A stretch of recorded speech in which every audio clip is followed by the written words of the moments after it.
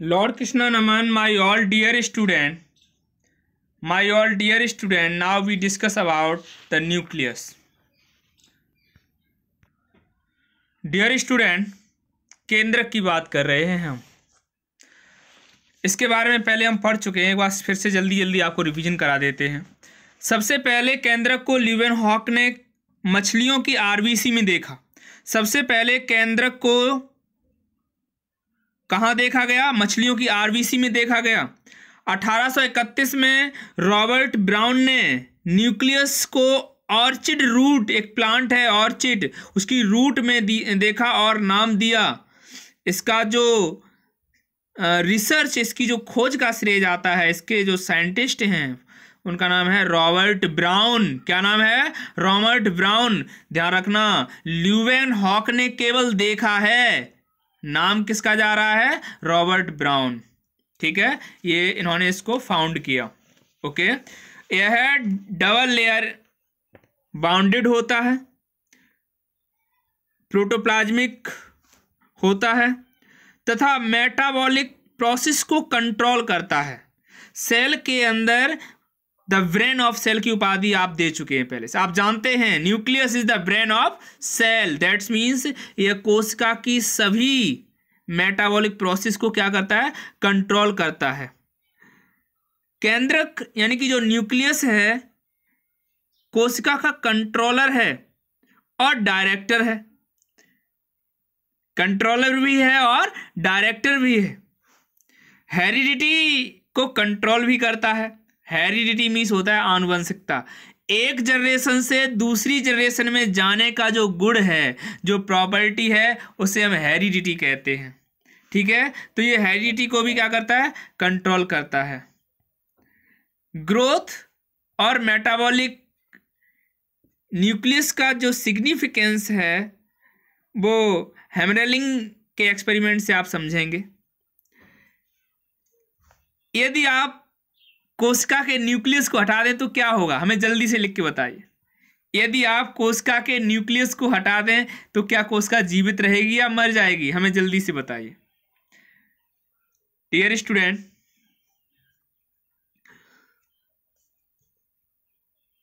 The study of nucleus karyology कहलाता है। क्या कहलाता है?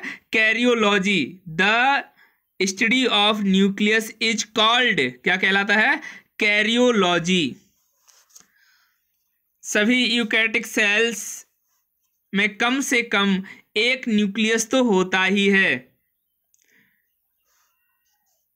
तथा कुछ मैच्योर फ्लोएम वाली वेस्कुलर ट्यूब तथा कुछ मैमल्स, जैसे कि हम मैमल्स हैं, मैमल्स में आरबीसी में न्यूक्लियस नहीं पाया जाता। हमने पहले ही बताया था कि कुछ आरबीसी में न्यूक्लियस नहीं पाया जाता, हमारी आरबीसी में भी न्यूक्लियस नहीं पाया जाता। जैसे प्यारे विद्यार्थियों, आप फॉरेंसिक साइंटिस्ट बन गए हैं, कहीं पे कोई मर्डर हुआ है। मेरे प्यारे विद्यार्थियों, आप ये बताइए कि आप जो सैंपल वहाँ से ट्रेस करेंगे वो आरबीसी के करेंगे या डब्ल्यूबीसी के करेंगे? भाई आरबीसी जो है उसमें न्यूक्लियस तो है नहीं, और जब न्यूक्लियस नहीं है तो डीएनए कहाँ से फाउंड करोगे?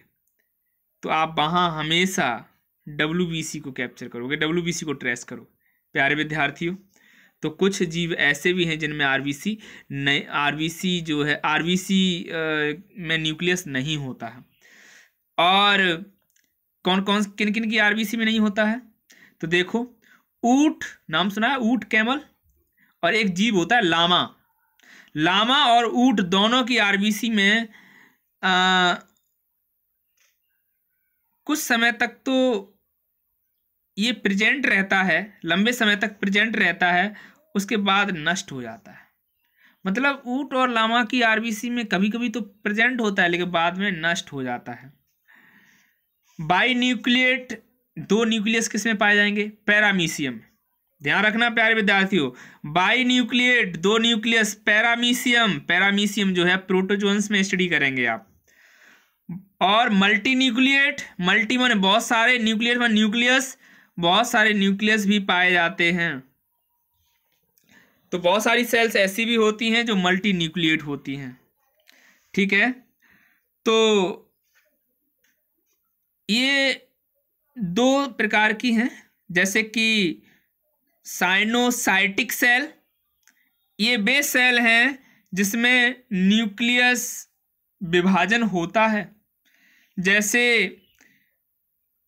फाइकोमाइसिटीज फंजाई है, ब्रूडपोस जानते हो, हमने आपको पढ़ाया ब्रूडपोस, जो आपका एम्ब्रियो कोष जब फ्लावर पढ़ाया था ना, तो जब हमने आपको 7 सेल और जब आपको हमने बताया था कि किस तरह से पॉलन ग्रेन फर्टाइल करता है तो ब्रूडपोस बनता है ना, तो वही ब्रूडपोस जो है उसमें ध्यान रखना।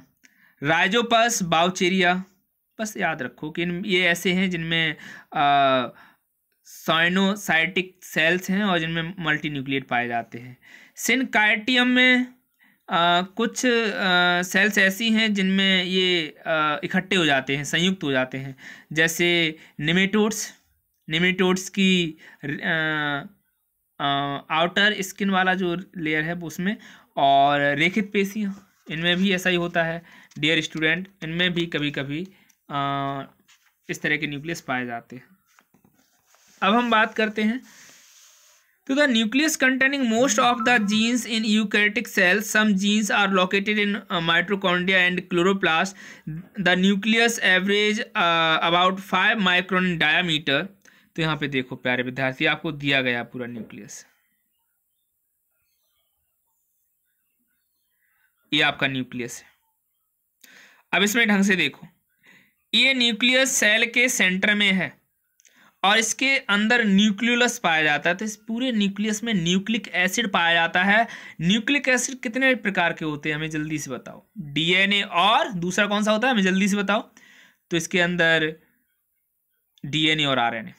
तो आपका जो न्यूक्लियस है इसके अंदर न्यूक्लिक एसिड है, न्यूक्लिक एसिड में भी आपको चारों तरफ कुछ क्रोमेटिन दिखाई दे रहे हैं।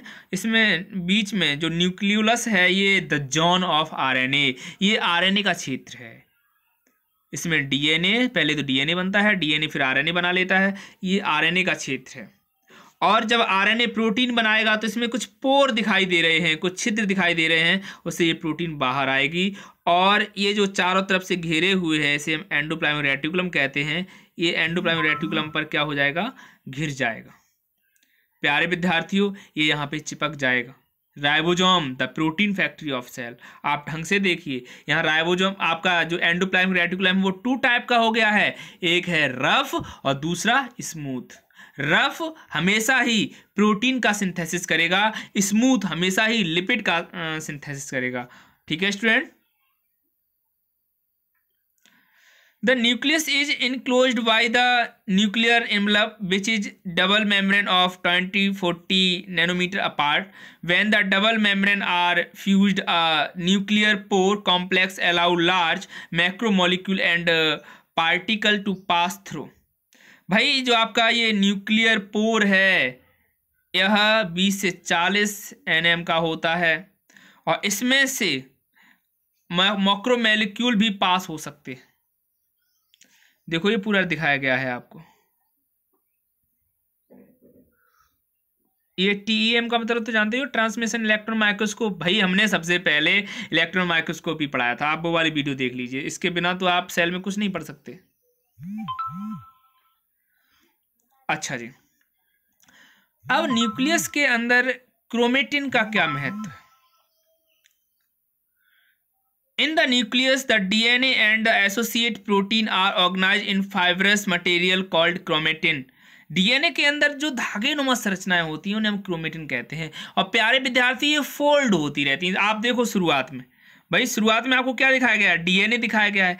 डीएनए के दूसरे नंबर पे देखो आप, यहाँ पर आपका जो डीएनए है वो हिस्टोन प्रोटीन के साथ बाइंड हो रहा है। ये गोल गोल जो स्ट्रक्चर हैं इन्हें हिस्टोन प्रोटीन कहते हैं। तो प्यारे विद्यार्थियों याद करो वो दिन जब हम पतंग उड़ाते थे, याद है ना, तो हम क्या करते थे, हम उस समय धागे को कुछ इस तरह से फोल्ड करते थे, ऐसे करके करते थे फोल्ड।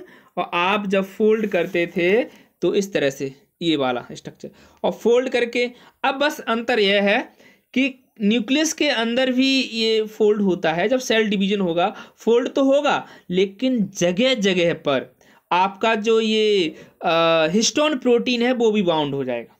और जब हिस्टोन प्रोटीन बाइंड हो जाएगा, यहाँ पर हिस्टोन प्रोटीन 4 प्रकार की होंगी, H2A, H2B, H3, H4। 4 तरह की हिस्टोन प्रोटीन है, H2A, H2B, H3, H4। और ये जब फोल्ड हो जाएंगे तो यही आपका जो डीएनए है वो क्या बना देगा, क्रोमोजोम बना देगा, गुणसूत्र बना देगा।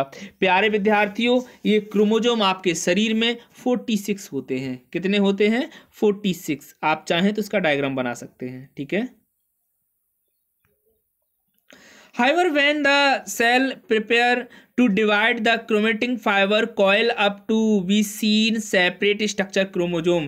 ये क्रोमोजोम बना लेता है। हमारे ह्यूमन सेल्स में क्रोमोजोम की संख्या 46 होती है। जोड़े में अगर हम बात करें तो कितने जोड़े होंगे, कितने पेयर होंगे, हमें जल्दी से बताइए। 46 के आधे कितने होते हैं, हमें जल्दी से बताइए आप। Nucleolus the zone of RNA, सबसे बढ़िया डेफिनेशन है आपके लिए। Nucleolus the zone of RNA, a region of densely stained fibre and granules adjoining chromatin, ठीक है। In the nucleolus RNA is synthesize. भाई आरएनए भी फर्दर टाइप के हैं, आरएनए भी डिफरेंट टाइप के होंगे, जेनेटिक आरएनए और नॉन जेनेटिक आरएनए। हम आपको 12th क्लास में पढ़ाएंगे genetic RNA, non genetic RNA, mRNA, rRNA और टीआरएनए। 3 तरह के आरएनए हम आपको पढ़ाएंगे, ठीक है स्टूडेंट। तो आप अभी केवल ये देख लीजिए, आर मीन्स होता है ribosomal RNA is synthesized and assembled with the protein from the cytoplasm to form ribosome subunit। प्यारे विद्यार्थियों, the subunit pass from the nuclear pore to cytoplasm where they combine to form ribosome. तो ये जो rRNA है, यही the subunit पास हो जाएगी nuclear pore से निकलने के बाद साइटोप्लाज्म में, ये क्या कर जाएगा, they combine to form ribosome. ये राइबोसोम बना लेगा। मैंने पहले ही बताया था, न्यूक्लियस से बाहर निकलते ही ये थोड़ा सा बेसिकल कवर कर लेगा, और जैसे ही बेसिकल कवर करेगा ये राइबोसोम बन जाएगा। चलती फिरती प्रोटीन फैक्ट्री बन जाएगा। क्या बन जाएगा?